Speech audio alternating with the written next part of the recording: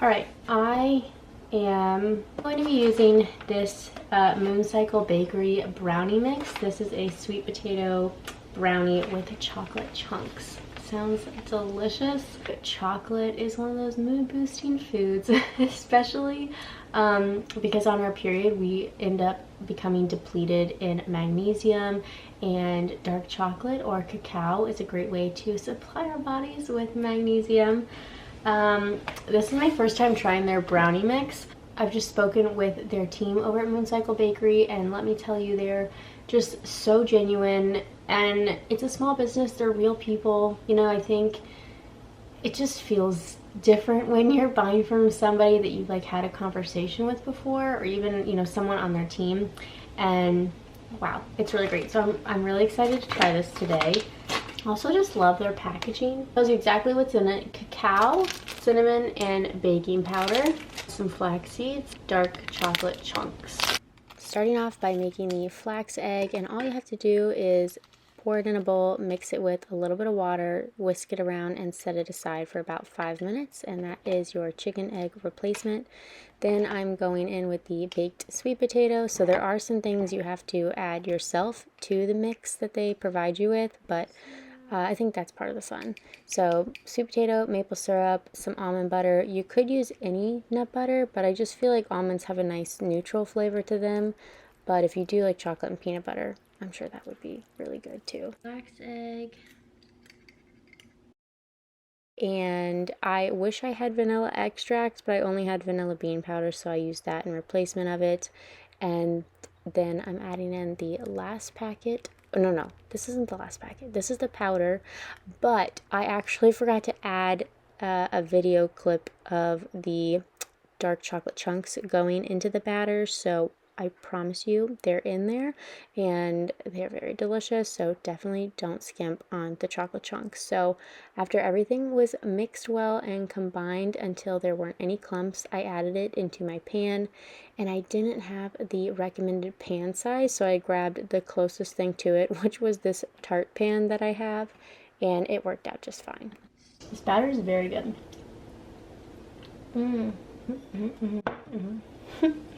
Once they finished baking, I decided to melt down some dairy-free chocolate chips and drizzle it on top, and then added a little cacao nib sprinkle because I love a good crunch with these creamy chocolate brownies. Oh wow, this was so good. I just want more now. This is definitely more of a cakey brownie, not a fudgy brownie, which can be appreciated. You just got to know that going into it. You know, I'm down for a cakey brownie. Just let me know. Let me know. No. I also have a cup of raspberry leaf tea here in this mug that says, "Have courage and be kind." Cinderella 2015, what's up? My favorite live action Disney movie. This Moon Cycle brand. I feel like I have chocolate on my face, and I apologize if I do. My glasses back on to help me through this. So while I'm enjoying my dessert, I did want to show you this cookbook that is by the same company that makes the brownie mix, called the Moon Cycle Cookbook. And I'll go ahead and let you know the brownie recipe is not listed in the cookbook, but they do have dessert recipes, as you can see. I love how they've laid out this book. They've put it in the 4 different phases of our menstrual cycle, and if you've watched my videos before where I talk about what our blood sugar does during this entire 4-week cycle, give or take 4 weeks, that is how they break it down, from your ovulatory phase to your follicular phase to the luteal phase, then to your menstrual phase or the bleeding phase. A lot of the photographs in here are just so beautiful. It's kind of got this like cozy vibe to all the recipes, and they do have a lot of helpful information throughout the book, similar to the cookbook that I put out, which is, you know, just an ebook, but how I've listed in my recipe ebook how certain foods have certain benefits. This is just such a beautiful book, and they have everything in here from mocktails to savory recipes, sweet recipes. They got it all. It is very plant focused and whole food focused, which is really important. So they don't have any like crazy ingredients, but they definitely are not, what's the word? It's not vegan by any means. There's actually, surprised me, there was quite a few beef recipes in here. So if red meat is something you like to include in your diet, then you can do this book and it will be a nice fit for you. However, even though I'm not someone who typically would consume red meat, there are still so many recipes in here that are fit for my diet. Anyways, hopefully I said everything I wanted to. Sometimes when I'm on my period, I feel like I'm kind of forgetful. Probably because I'm a little tired, you know? This is very good. I picked up a big bag of these beets at the farmer's market, and wow, they did not disappoint. They honestly blew my mind because they are some of the most gorgeous beets that I've ever cut into. I was taking a bunch of pictures and I just couldn't get over their beauty. But I decided to use them in a new recipe, and I really love eating beets during my menstrual phase because they're full of folic acid and calcium, and especially iron, which is something that we often get depleted of when we're bleeding, and it really can help us feel more nourished and energized when we have this mineral. So beets are great for that. And even if you're not on your menstrual phase, they're great for bloating and actually helping with water retention. So they're a anytime vegetable, but especially during your menstrual phase. And today I was just making a new recipe of hummus. I've never made beetroot hummus myself, but it turned out really great. Spoiler alert. I think I'm supposed to say spoiler alert before, but there you have it. It's really delicious.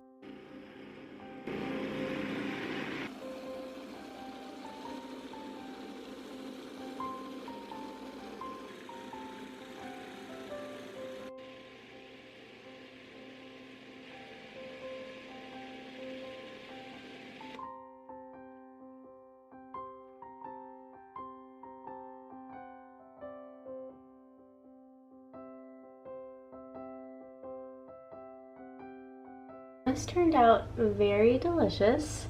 I've never made beet hummus before, and I was inspired by the Moon Cycle cookbook. They have a roasted beet hummus recipe in here. Didn't have a picture of that recipe, so I really didn't know what to expect. I did change a few things by adding some additional herbs like rosemary and some cayenne pepper. Also a little bit of cumin because I love that flavor in my hummus, and I think it turned out really good. It's like sweet, but also that savory kick with the other spices.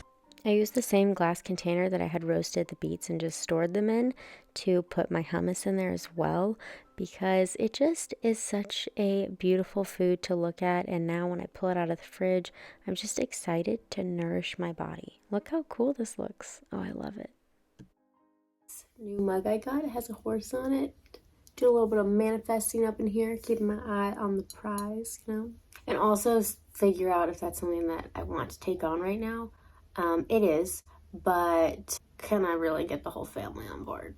AKA Russ. I've got some hot cacao, and the way I like to make it is I just combine some nut milk, some cacao powder, and a little bit of a organic sweetener. Now, if you can, if you have a working pancreas, I would say try sweetening it with medjool dates. I have tasted that before and it's very delicious, but it's really hard for me to keep my blood sugars in a tight range when liquefying medjool dates. So I personally, and you could as well if you wanted to, I use an organic stevia, and that's how I sweeten my beverages when I'm drinking them like this.